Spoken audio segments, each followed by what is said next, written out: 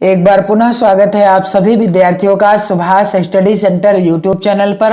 और आज का यह वीडियो कक्षा 10 के छात्रों के लिए काफी ज्यादा इम्पोर्टेंट होने वाला है, क्योंकि इस वीडियो के द्वारा हम आपसे शेयर करने वाले हैं हिंदी विषय का जो प्री बोर्ड परीक्षा पर आधारित मॉडल पेपर है। और यह मॉडल पेपर जो कि विद्या क्वेश्चन बैंक में दिया गया है, और इस पेपर का हम आपको संपूर्ण हल करके बताएंगे कि कैसे आपको प्री बोर्ड परीक्षा में लिखना है, ताकि आपको प्री बोर्ड परीक्षा में अच्छे अंक प्राप्त हो सकें और साथ ही आपको बोर्ड परीक्षा में भी अच्छे अंक प्राप्त हो सकें। तो यदि आप चैनल पर नए हो तो चैनल को सब्सक्राइब कर लें, बेल आइकन को जरूर दबाएं, ताकि आने वाली प्रत्येक वीडियो का नोटिफिकेशन आप तक पहुंचता रहे और आप चैनल के साथ जुड़कर इसी तरह के महत्वपूर्ण वीडियोज के द्वारा 2022 बोर्ड परीक्षा की बेहतर तैयारी कर सकें। तो क्या हो जाएगा इस पेपर का हल, कैसे लिखेंगे आप इस पेपर के प्रश्नों के उत्तरों को, यानी जो आपकी इस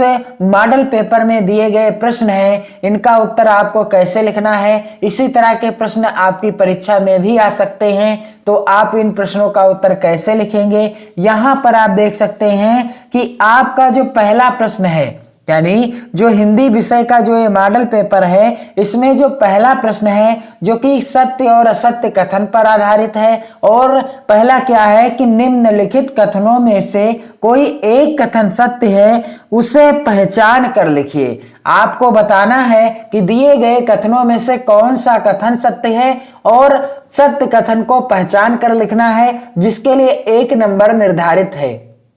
पहला विकल्प है सियाराम शरण गुप्त भेंट वार्ताकार हैं। दूसरा विकल्प है मैला आंचल शैलेश मटियानी का प्रसिद्ध उपन्यास है। तीसरा विकल्प है इलाचंद जोशी सफल उपन्यासकार हैं। और चौथा विकल्प है रामविलास शर्मा ख्याति प्राप्त कवि हैं। तो राइट आंसर क्या हो जाएगा, या इस प्रश्न का उत्तर आप अपनी प्री बोर्ड परीक्षा में कैसे लिखेंगे, अथवा इसी तरह का जो प्रश्न आएगा आपकी प्री बोर्ड परीक्षा में उसका उत्तर आप कैसे लिखेंगे।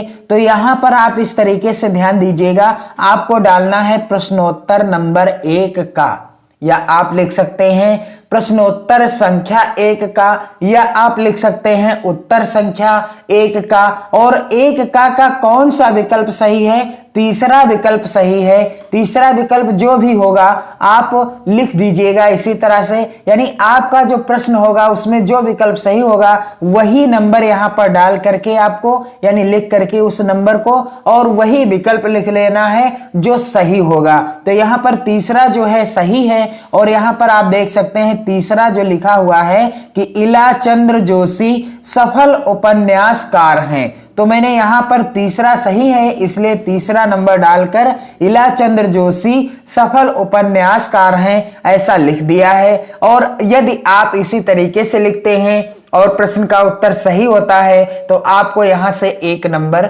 जरूर मिल जाएगा। अगला जो प्रश्न पूछा गया है प्रश्न संख्या 1 खा के अंतर्गत निम्नलिखित कृतियों में से किसी एक के लेखक का नाम लिखिए। यहां पर 4 रचनाएं दी होंगी, आपको किसी एक के लेखक का नाम बताना है। 1 घूंट, पंचपात्र, शिक्षा एवं संस्कृति, अनंत आकाश। तो इस तरह का प्रश्न का उत्तर आपको किस तरीके से देना है। मान लीजिए आपको पहली रचना के लेखक का नाम लिखना है, तो कैसे लिखेंगे आप, इस तरीके से आपको हेडिंग डालना है प्रश्नोत्तर नंबर 1 खा, इस तरीके से। और यहां पर पहली रचना का नाम, इसलिए पहली रचना का नाम लिख लेना है, उसके बाद उसके लेखक का नाम लिखना है। तो यहां पर 1 घूंट के लेखक कौन है, जयशंकर प्रसाद जी हैं। याद करने की ट्रिक क्या है, जयशंकर अर्थात आप कह सकते हैं जल, जय यानी जल आप कह सकते हैं। और 1 घूंट यानी 1 घूंट पानी। जब हमें बहुत अधिक प्यास लगती है तो कभी कभी ऐसा मन में विचार आता है कि शायद हमें 1 घूंट ही पानी मिल जाए, जिससे हमें अपनी प्यास बुझाने में आसानी हो तो एक घूंट जयशंकर प्रसाद जी की रचना है। और अगला प्रश्न जो कि पूछा गया है, एक गा के अंतर्गत यशपाल की किसी एक रचना का नाम लिखिए। 1 नंबर का प्रश्न आता है इस तरीके से जो प्रश्न पूछा जाता है। और यहां पर आप देख सकते हैं आपको प्रश्नोत्तर नंबर 1 गा इस तरीके से डाल देना है और उत्तर क्या हो जाएगा इस प्रश्न का, यशपाल की किसी एक रचना का नाम क्या है, झूठा सच। यशपाल की रचना का नाम क्या है, झूठा सच।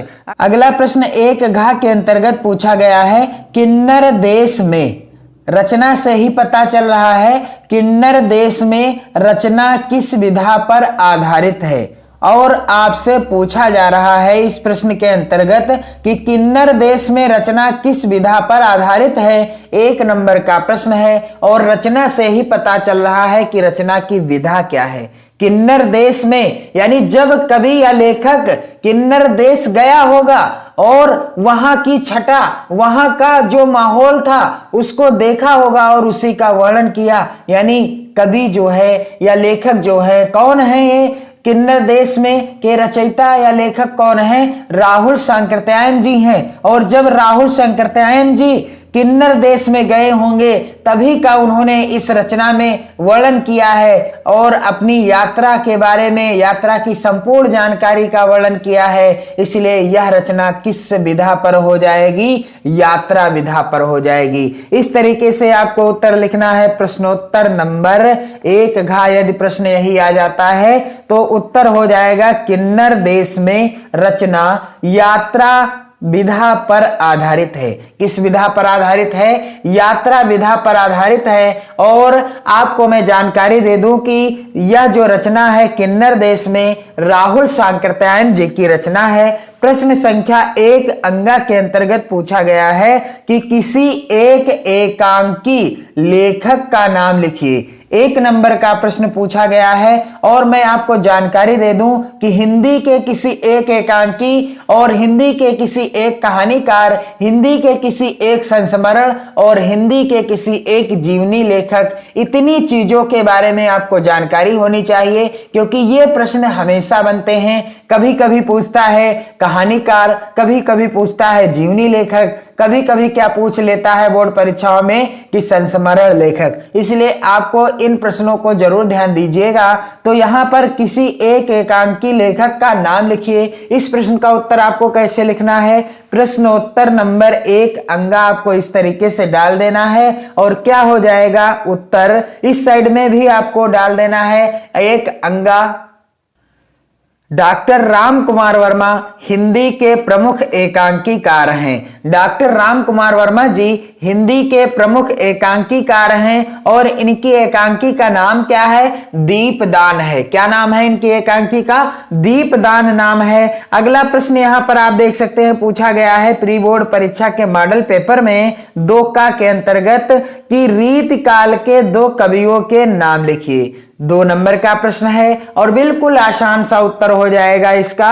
इस तरीके से आपको हेडिंग डालना है प्रश्नोत्तर नंबर 2 का, प्रश्नोत्तर नंबर 2 का, और आपको हेडिंग डाल देना है रीत काल के कवि। सबसे पहले आपको मैं महत्वपूर्ण कवि का नाम बता दूं, बिहारी लाल। रीत काल के प्रमुख कवि कौन हैं, बिहारी लाल जी हैं। इनकी रचना का नाम क्या है, बिहारी सतसई है। और बिहारी सतसई जो रचना है जिसमें कुल कितने दोहे हैं, 719 दोहे हैं। यह चीज भी आपको ध्यान रखनी चाहिए। और अगले रचनाकार हैं रीत काल के मतिराम और इनकी रचना का नाम क्या है, ललित ललाम।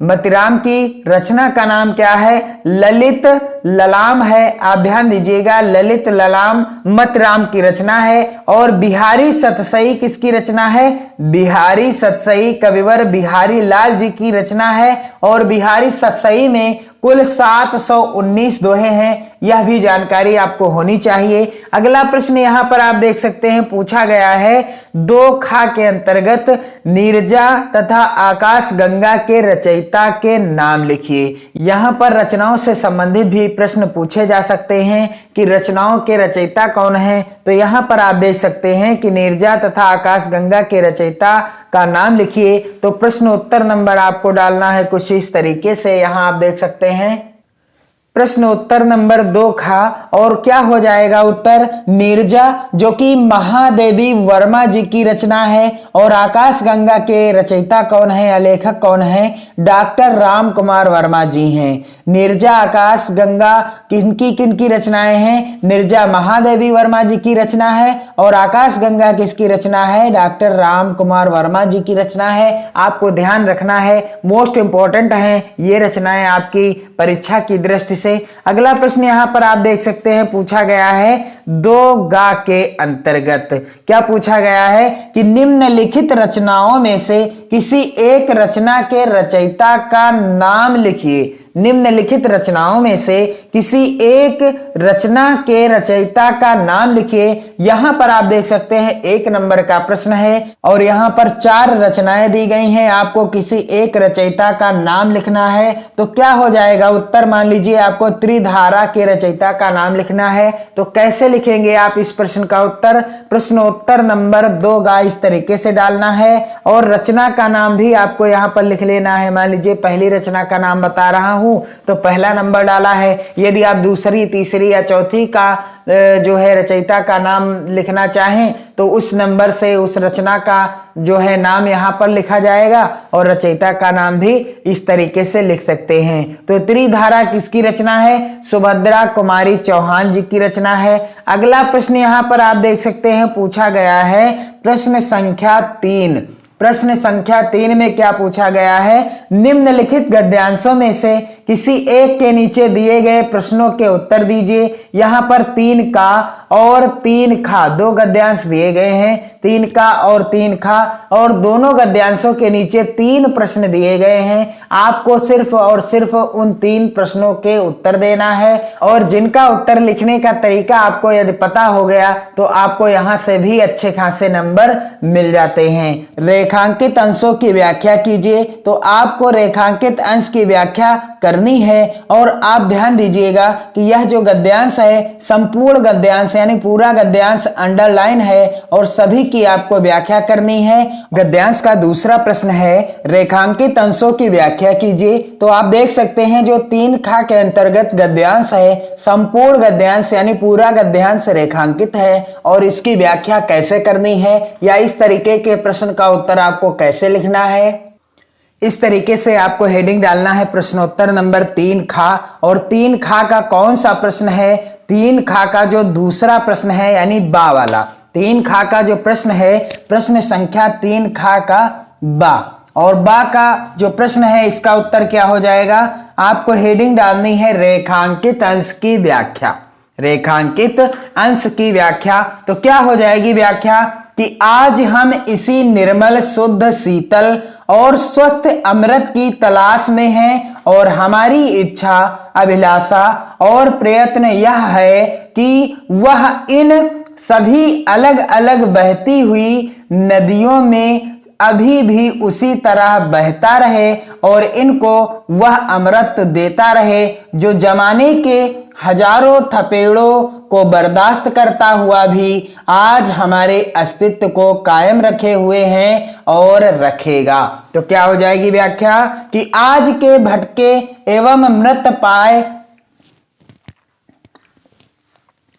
आज के भटके एवं अमृत प्राय समाज की निर्मल शीतल विशुद्ध एवं स्वस्थ संस्कृत रूपी अमृत की आवश्यकता है, जिससे आज के भटके एवं मृत पाए समाज की निर्मल शीतल विशुद्ध एवं स्वस्थ संस्कृत रूपी अमृत की आवश्यकता है, जिससे अनेकता एकता में बदल सके, विविध विचारधारा की नदियां एक हो जाएं तथा वे अमर सत्य की भांति युगों युगों तक चलती रहें, जिससे हमारी असीमता स्थिर रूप में कायम रह सके। तो कुछ इस तरीके से इस गद्यांश की व्याख्या हो जाएगी और यह गद्यांश बोर्ड परीक्षा 2022 के लिए भी काफी ज्यादा इंपॉर्टेंट है।